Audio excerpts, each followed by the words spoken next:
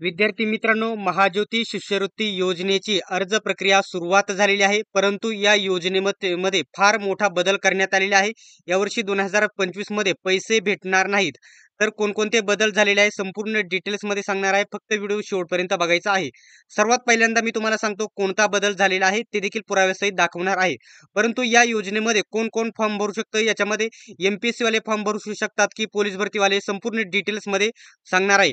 आता या ठिकाणी बार्टी, आरटी, टार्टी, महाज्योती, सारथी अशा वेगवेगळ्या योजनांचे, सर्व योजनांचे पुढील आठवड्यापर्यंत काही योजनांचे फॉर्म सुरू होतील. पुढच्या महिन्यात देखील सुरू होऊ शकतात. आता सर्वात महत्त्वाचं म्हणजे महाज्योतीसाठी जे फॉर्म सुरू झालेले आहेत त्याच्यामध्ये बँकिंग वाले, IBPS, PO, banking, LIC, railway त्याच्या अशा प्रकारचे जे अभ्यास करतात, या स्पर्धा परीक्षांचा अभ्यास करणारे याच्यामध्ये फॉर्म भरू शकतात.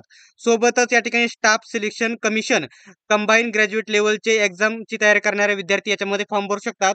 पोलीस भरती आणि MPSC वाल्यांचे पुढील आठवड्यामध्ये किंवा येत्या 2 आठवड्यामध्ये सुरू होऊ शकतात. त्याच्यानंतर महाराष्ट्र इंजिनिअरिंग सर्व्हिस, या तिन्ही ज्या स्पर्धा परीक्षा वेगवेगळ्या आहेत त्यांच्या अंडर वेगवेगळ्या स्पर्धा परीक्षा येतात.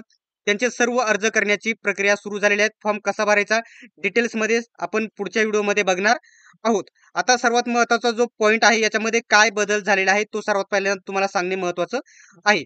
तर या ठिकाणी अर्ज प्रक्रिया सुरू झालेली आहे. बघू शकता 28 म्हणजे कालपासून अर्ज प्रक्रिया सुरू झालेली आहे. आजपासून या ठिकाणी अर्ज करू शकता. तुम्ही फॉर्म कसा भरायचा त्याच्यावरती डिटेल्समध्ये व्हिडिओ आपला येऊन जाईल. तर इथे म्हटलेलं आहे महाराष्ट्र अभियांत्रिकी सेवा पूर्व परीक्षा ऑनलाईन प्रशिक्षण योजनेचा तपशील, या ठिकाणी सर्व माहिती त्यांनी दिलेली होती. याच्यामध्ये योजनेच्या लाभामध्ये त्यांनी काय म्हटलेलं आहे तुम्ही इथे बघू शकता.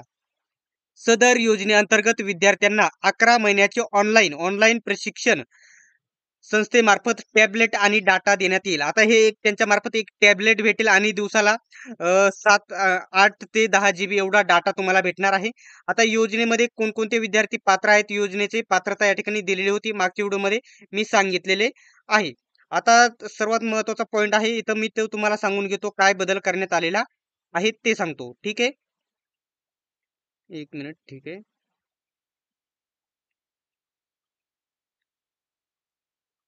या ठिकाणी सर्वात महत्त्वाचा जो पॉइंट आहे त्याच्यामध्ये मी तुम्हाला सांगून घेतो. आधी या योजनेचा ज्या विद्यार्थ्यांनी लाभ घेण्यात आलेला आहे त्यांना इथे लाभ भेटणार नाही. ज्यांनी आधी घेतलेला आहे त्यांना भेटणार आहे. नवीन फ्रेशर्स येथे अप्लाय करू शकतील. आता चौथा पॉइंट यांनी दिलेला आहे. तर बघू शकता, प्रशिक्षण हे ऑनलाईन स्वरूपात असल्याने विद्यावेतन व आकस्मिक निधीऐवजी, म्हणजे जे पैसे विद्यावेतन आणि पैसे भेटणार होते त्याऐवजी फक्त टॅबलेट व डेटा विद्यार्थ्यांना प्रशिक्षण संस्थांमार्फत देण्यात येईल. आता ज्या विद्यार्थ्यांना फॉर्म भरायचा आहे ते विद्यार्थी लवकरच याच्यामध्ये अर्ज करायचा आहे. लवकरात लवकर, नंतर वेबसाईट क्लिअर चालत नाही, मुदतवाढ मागतात. त्या विद्यार्थ्यांना लवकरच फॉर्म भरून घ्यायचा आहे.